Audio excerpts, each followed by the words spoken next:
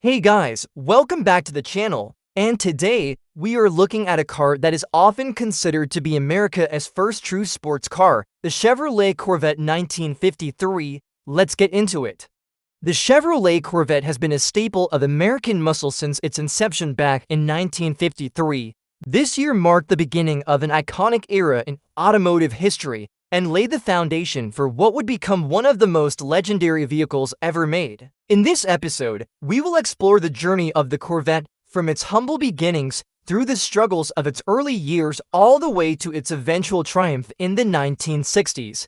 We lines delve deep into the design and engineering that went into making this groundbreaking car as well as the impact it had on American culture. So buckle up and join us as we take a ride through time to discover how the Chevy Corvette became an American icon. If you like our videos, please consider supporting us. It really helps the channel out. Now let's get into it. It was in the late 1940s when General Motors executives began discussing the idea of producing a sports car that could compete with European imports, such as the Jaguar XK120 and the Mercedes-Benz 300 SL. After several months of deliberation, GM gave the green light for development to begin on what would eventually become known as the Chevrolet Corvette. The project was assigned to a team led by Holly Earl, head of GM's styling department, who had previously designed some of the most successful cars of the day, including the 1948 Buick Roadmaster. Earl's team worked tirelessly to create a vehicle that combined power, performance, and style. They wanted something truly special, something that would capture the imagination of car enthusiasts across America. To achieve this goal, they drew inspiration from various sources, including aircraft, boats, and even motorcycles. The result was a revolutionary design unlike anything seen before in the American automotive industry, a low-slung two-seater fiberglass sports car with long sweeping lines and curves that hinted at its raw power. The body of the Corvette was hand-built using fiberglass, a material that had never before been used on a production car. This innovative approach allowed for greater design flexibility while reducing weight and cost compared to traditional steel bodies. The interior was just as luxurious, with rich materials and comfortable seating for two passengers. But it was under the hood where the real magic happened. The engine powering this beast was an inline six-cylinder 3.8-liter Blue Flame power plant sourced from the 1953 Chevrolet truck, which produced 150 horsepower. This robust powertrain was mated to a two-speed Powerglide automatic transmission, sending power to the rear wheels via a 3.55 rear axle ratio.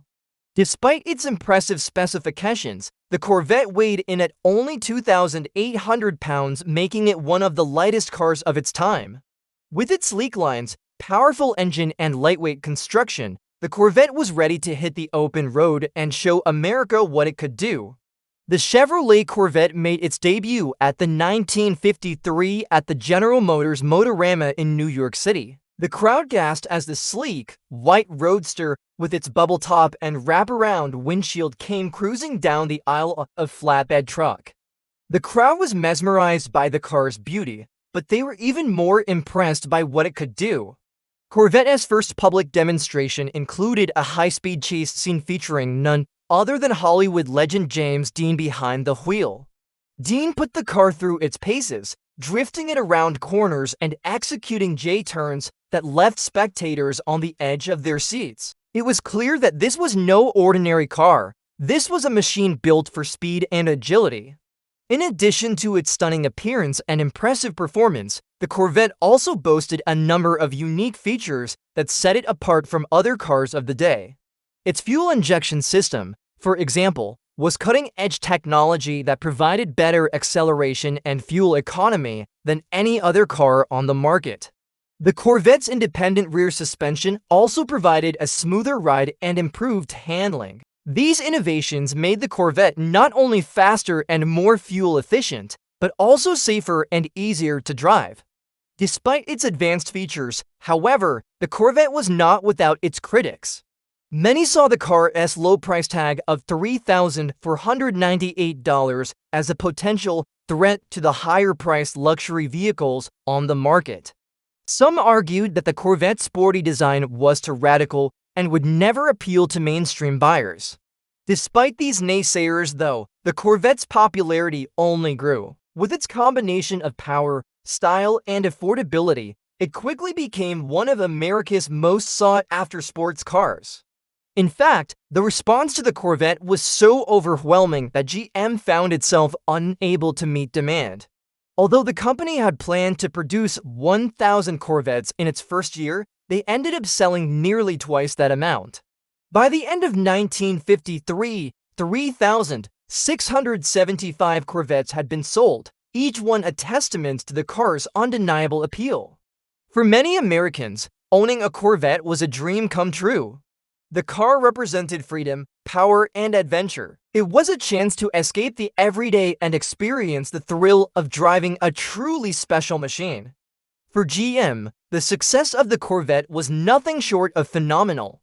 The company had taken a risk and bet on the idea that Americans were ready for a car that offered both performance and style. And boy, did it pay off. But as the saying goes, all good things must come to an end. Unfortunately, the positive sentiment surrounding the Corvette would soon take a turn. While the first few years of the Corvette's production were met with excitement and enthusiasm, the car's reputation began to suffer as quality control issues started to arise.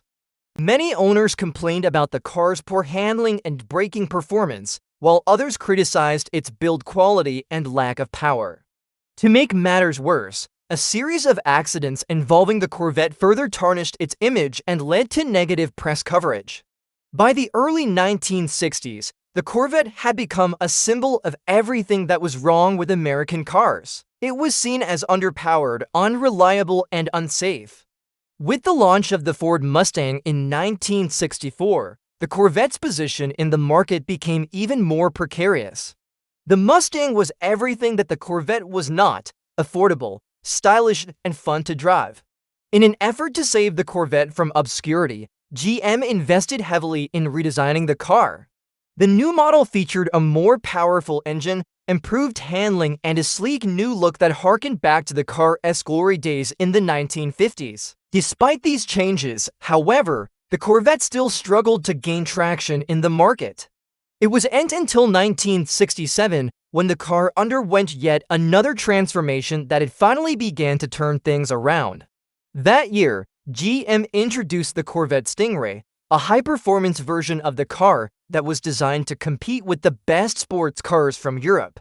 The Stingray featured a more powerful engine, advanced suspension, and a distinctive new body style that set it apart from other Corvettes. This new model caught the attention of car enthusiasts and began to restore the Corvette's reputation as a top-performing American sports car.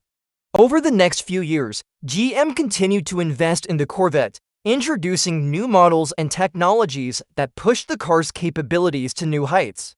By the early 1970s, the Corvette had become a true icon of American muscle, a car that was synonymous with power, speed, and style. Today, the Corvette's legacy continues to live on. The car has undergone countless redesigns and improvements, but its core DNA remains the same. It is still the powerful, high-performance sports car that it was always meant to be. The story of the Chevrolet Corvette is a tale of innovation, resilience, and triumph. From its humble beginnings as a concept car to its current status as an American icon, the Corvette has captured the hearts and minds of car enthusiasts around the world. It is a testament to the power of American ingenuity and the enduring appeal of a truly great sports car. So there you have it, folks. That's all for this episode of Iconic Cars. If you enjoyed this video, please don't forget to leave us a like and comment below to let us know what you think. And if you haven't already, go ahead and subscribe to be sure not to miss any future episodes. Until next time, stay safe, keep the pedal down, and remember to enjoy the ride.